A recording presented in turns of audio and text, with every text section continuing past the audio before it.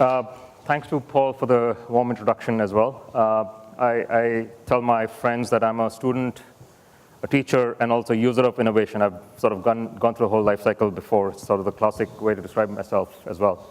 But before I start answering the question that Paul raised, some of the themes that I'm going to talk about, let me tell you a short story that I've actually heard from a couple of my friends, and I have repeated this several times. It's actually very telling. So think about whether it's Tamer's version of Arabic family or Indian family where I come from or American family. It's actually very similar. So two families had sort of grown up together, but over the years separated out. One went west, one went east, wherever they were. And after about 30 years, they were both 55, 60 years old. The couples get together. And so the couple directly, one of the couples is telling them about their family, and here's how it goes. So the eldest son, so they have 3 sons and a daughter. The eldest son is doing very well. He's a chartered accountant.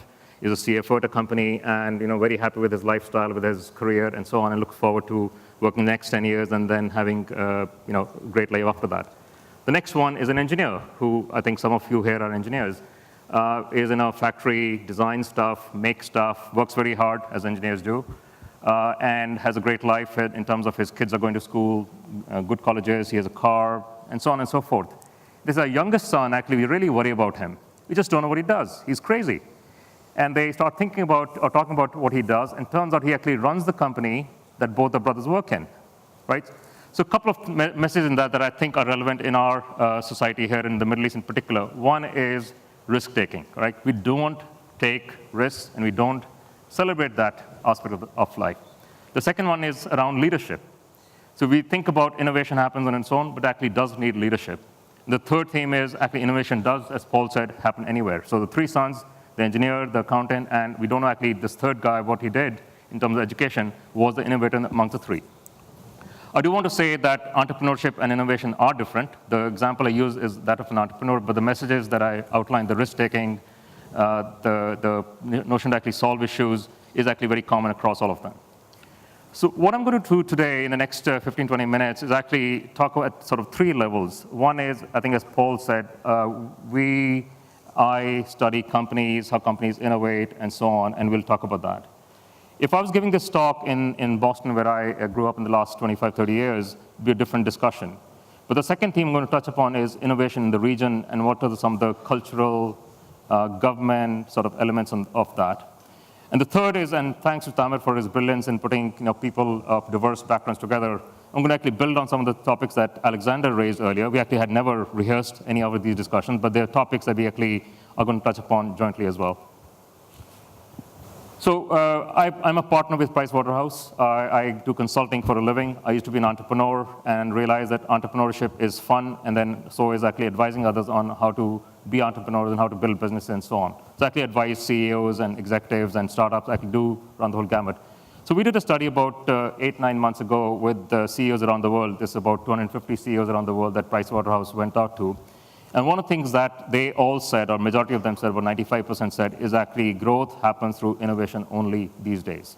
This is very different from what you heard from them 3, 5 years ago, when they said actually focusing on profitability, focusing on the short term, focusing on operational improvements is the key thing. They're actually not talking about growth and innovation. And if you're on the right side, you see how they think about that products and technology and customers and so on. So anyway, I won't bore you with the details, but the theme was, around the world, the theme we're talking about today is as paramount anywhere else. There are people talking about the death of innovation, there are people talking about the future of innovations, the whole spectrum of things here. So before I actually jump into some more details on how companies innovate, I actually want to give you a little snapshot of my perspective of innovation in the Middle East. So first of all, I'm an engineer. I also studied economics, and I blend those two in all my work. So as an economist, one of the things I would look at is, what does the Middle East do in terms of investments? So if you look at some of the graphics here on this page, what that would say is from an R&D investment perspective, the Middle East, and as a Middle East, I cover North Africa, the GCC, the Levant, even Turkey, the R&D investments are very, very low compared to investments in, let's say, the US, Singapore. They're extremely low. Right? So from that, and this is recent data, 2002 data, 2012 data, it's actually very similar. It's been improved, but it's still very similar. But the question is, and I will challenge myself later on as well, R&D investments alone, technology alone is not about innovation. If you go to the dictionary says Innovation is the process or the notion of actually introducing something new. It's about solving problems. So on this page, I just put together 3 or 4 examples. If you look at the left, Xerox PARC.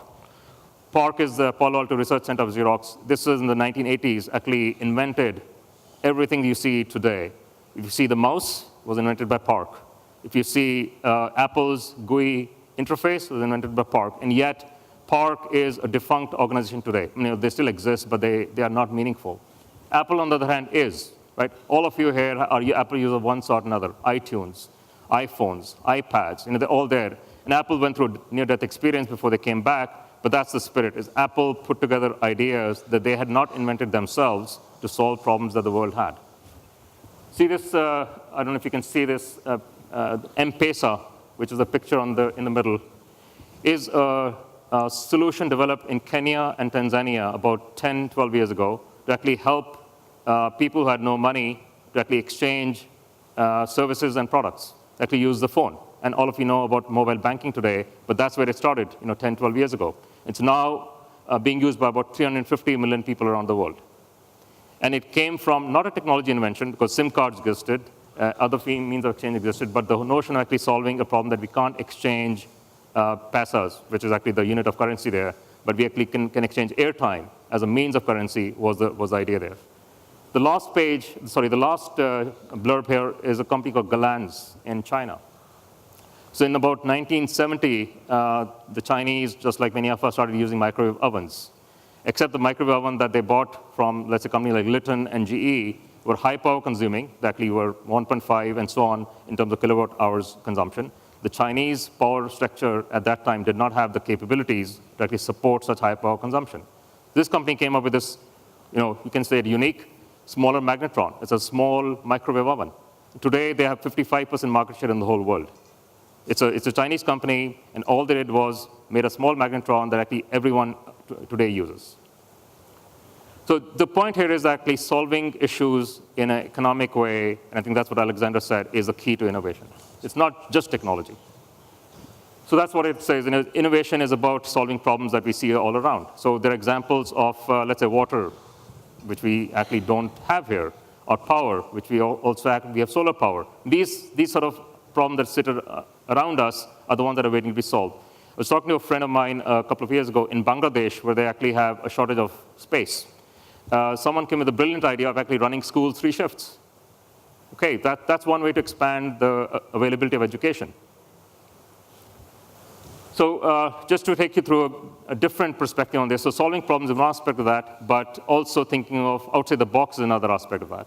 So cutting grass is not a very magical problem. Again, it's not a major problem in the Middle East, but in the US or so on, grass does grow very rapidly in the rains. And so cutting grass is an important issue to deal with. So he came up with the mower, came up with the motorized mower, the tractor mower, and then someone about 10 years ago came up with this. You sit back, read the newspaper, and your grass is cut on its own. Well, no customer asked for that, but that's where you think outside the box and say, can I actually combine existing ideas, existing technology, and come up with a solution to the problem? So when I think about innovation, and I used to teach product design, actually I'm a product designer as well, you think about innovation as different ways. And Paul talked about the fact that Sloan told his bosses, innovation is everything. Innovation indeed is everything, but you got to figure out what it means, what aspects of innovation we want to work on. Not everything is important to every company. So here I listed out technology as an enabler for innovation, product and services, which we actually do need to design for product economies and service economies, as Alexander outlined. There's also process innovation. How do you actually manufacture products? The Chinese and the Japanese are great at process innovation today. In fact, the Japanese built a whole economy based on process innovation alone. And then things like operating models. What do we actually sell? So trading, while we may look down upon it in some ways, actually is an operating model innovation, that you don't have all the products you need in the region, because this region has 2 sides to the coin. One is there's a surplus of crude oil and other natural resources. On the other hand, there is very little that we actually grow here or build here. It's actually also important. So operating model is also innovation in some ways. And then certainly things like channels and social media, which we all talk about today, are important aspects of innovation. So all these different means of innovation, or types of innovation, is what I think companies use. Not every company needs to use everything, and it's a question of what's important to your business, your strategy, and then you actually figure out how to implement that. So over the last few years, I've been here in Dubai about 5-6 years. It's actually in a very interesting place, both Dubai and the Middle East, in terms of just bringing different types of chemistries together. So we all come from probably 50 different nationalities, ethnic backgrounds, and so on. And that's, I think, the magic of Dubai and the power of the region as well, is putting that whole things together. Comes with that the difficulty of understanding themes and issues that are not homogeneous to everyone. Right? So we studied innovation in the Middle East for the last 5-6 years. And yet, I would say perhaps the answer varies from country to country and type of industry as well. But nevertheless, let me summarize some themes we learned from our studies the last 5 years or so. In 2013, beginning of this year, we actually conducted a global study on innovation. And I'm going to summarize some of the lessons from that, but then also reflect on those. So this is the global picture. We actually interviewed about 2,000, slightly less than 2,000 CEOs around the world.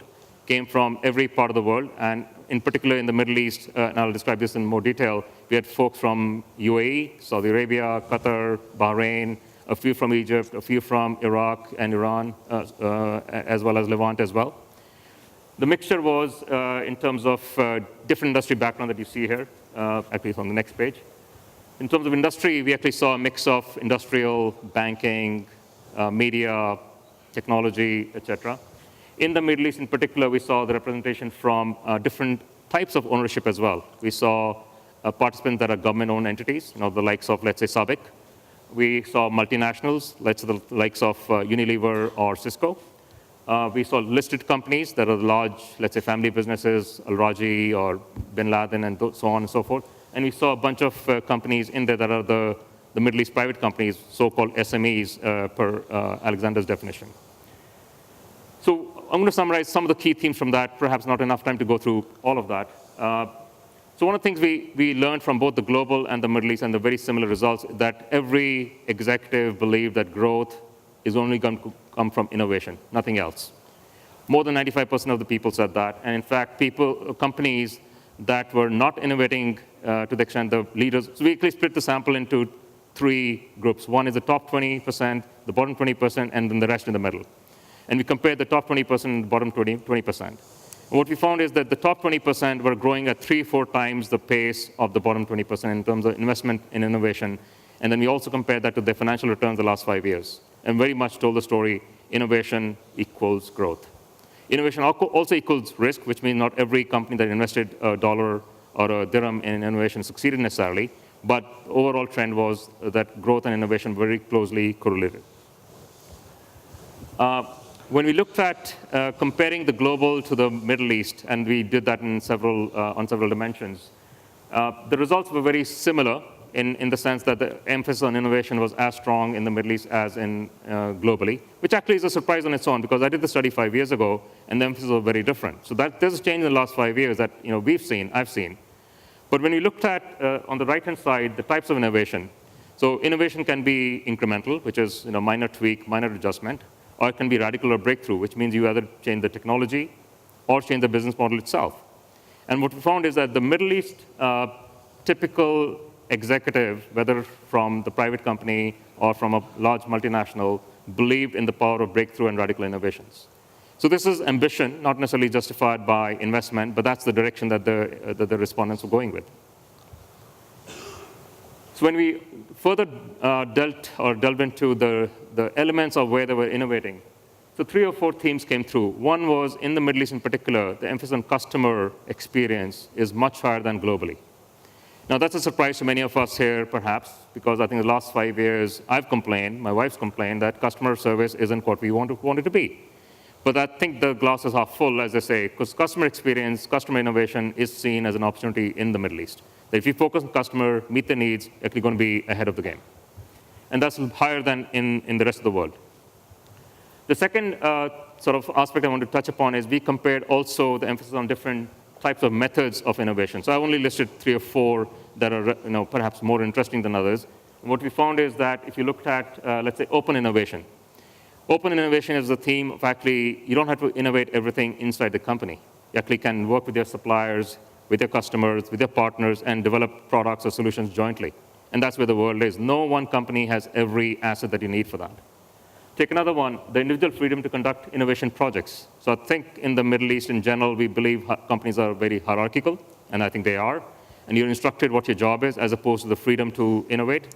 So Google, as an example, gives every employee half a day a week to actually go do whatever you want. You want to go surf in the water, that's fine. But you want to actually sit down in your office and do something interesting, that's fine. You want to go party with your friends and come up with something interesting, that's fine as well. But that freedom to innovate is something else that is important.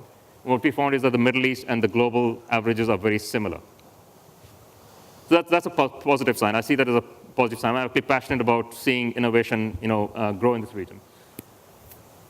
Busy slide, but what we also did was looked at the outcomes of innovation in terms of what drives innovation. So 6 themes came through, and of which the first 3 themes actually explain a lot of the reason for success.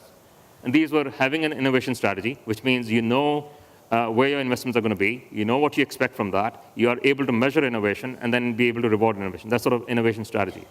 So the second theme was customer focus, which is actually you know your customers, you spend time with them, you develop products and solutions for them, and that is a key enabler. And the third theme, which is, I think, an important one, is innovation, risk-taking, and culture. Can our leaders, can our company businesses actually encourage that? Can we invest without the expectation of return or the fear of failure? That's an important theme as well. And a couple of others that came through was investments, working with partners, and then measuring metrics and so on. So in summary for the survey, we sort of just, identified 6 key themes. One is that the new cycle of innovation, we call it, and I'll explain that in just a couple of minutes, is dependent upon growth. So innovation and growth are very closely connected. The change has to start with leadership and culture, and that's what we talk to our companies that I work with, is leadership and culture drive that. That's where it starts from. So we can actually think about entrepreneurship, but even entrepreneurship, as Alex explained, is driven from the support from the government and so on. There's also the importance of an innovation ecosystem. So the last chart that Alex described, with all the different pieces together, that's what you need for an innovation ecosystem. The universities, the labs, the entrepreneurs, the investors, the patent attorneys, all of them together create the ecosystem. Not everything has to sit in the same place, but that ecosystem is important to help us actually be an innovative society, an innovative culture overall.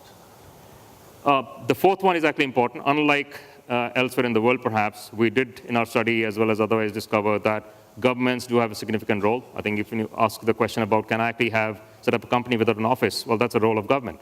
So those sort of examples are important in the Middle East. We also asked our respondents to see what work they had to do, and all this self-reflection from our respondents actually basically said, everyone knows now what the best practices are. It's a matter of now executing and implementing on those. And then lastly, business model innovation, which is beyond technology, is an important element as well. So I'll leave you the funny, actually end this part of the funny cover page from The Economist, which said that for the last 100 years, we've not really innovated anything other than the last thing was the potty seat. So anyway, that's more in jest than reality. But so a couple of reflections, and I've got a couple of minutes before I wrap up here. So I think, first of all, the glass is half full, not half empty. We are very critical in the Middle East about how bad it is or how poorly functioning the infrastructure is. We also got to compliment ourselves and celebrate what we have, because this is a journey. This is not the end result. So a couple of things building on that. So when we looked at innovation, I think someone asked the question, the region has seen a lot of what I call big innovation, but not enough of day-to-day practical innovation. So there's the Burj Khalifa, there's the Masdar, there's the Emirates Airline, all successful, Qatar Foundation, et cetera. But has it percolated into day-to-day life? That's sort of one of the key observations and challenges for us. I talked about the different types of businesses we have, and each business does have a different set of needs in terms of what they need to be successful at innovation. Build upon Alex's point about buying innovation and doing innovation. So the region has been buying innovation for a long, long time, and the reasons have been partly a combination of what Alex said, but also the GCC in particular is asset rich, right? So when you have all the resources, the motivation to innovate actually goes away. You then tend to buy innovation because you don't need to do it. But over the last 5 years, and if I look at my 2008 conversations and my 2013 conversations, there's a big shift, a lot of ambition, a lot of desire, a lot of actually facts behind the words as well. that says we actually want to build or do innovation ourselves. And a lot of examples that I think Alex gave and others gave as well that are relevant there. So just a couple of things before I wrap up. One is, if I looked at 2000 data and 2013 data on the number of R&D centers in the region, they've grown by at least 3 times in that period. Now, whether they're all focusing on pure research, as Alexander pointed out, but also applying that is sort of maybe the next stage. But I have seen instances of actually really innovative ideas coming out and being commercialized in some of these centers. The next theme is that we are, I think, in the Middle East pretty good at strategic innovations. We call it big innovations, big ideas, but pretty poor at technology investments, technology innovations, and certainly lacking on tactical innovation, which is the day-to-day part that I talked about. I think this is an important reflection, which explains what the glass half full point I made earlier. So if you look at several countries, and you have some of the leading innovators today, Switzerland and Sweden and Singapore and so on, they spend several years going through the different stages of innovation. And I take India as an example, and the UAE then as an example as well. Going from imports to state-driven innovation, to being private sector-driven, and then finally, sort of innovation is pervasive. Every company, every business thinks about innovation as at least part of the agenda. So this is a mix that I think the Middle East has, which is a mix of regional ambitions and investments, a global reach, and fairly available technology, whether those be social media, or the fact that we can fly anywhere we want on any airline we want, and regional capabilities. The mix of those 3 is coming to a point where the capital investments and the government support can actually make a significant impact on the diversification strategies that we have in the region. A couple of examples. GOIC is a company funded by the GCC, focused on industrial manufacturing. Dubai SME we talked about. Qatar Science Technology Park, we all know about the fact they're trying to import a lot of companies and build R&D centers. And on top right is an institution in Saudi Arabia called the ITO Institute, which is trying to actually cultivate technology entrepreneurship in the region through getting young entrepreneurs in, funding them, taking through a 5-year cycle of mentorship, and so on. I'll skip this one and maybe leave you with this. A couple of our favorite scientists and entrepreneurs, Steve Jobs, talking about the fact that innovation is not about technology alone, but people getting together and making a difference. And of course, Albert Einstein talking about risk-taking. So I think those are some key messages from my experiences and our studies as well. Thank you very much.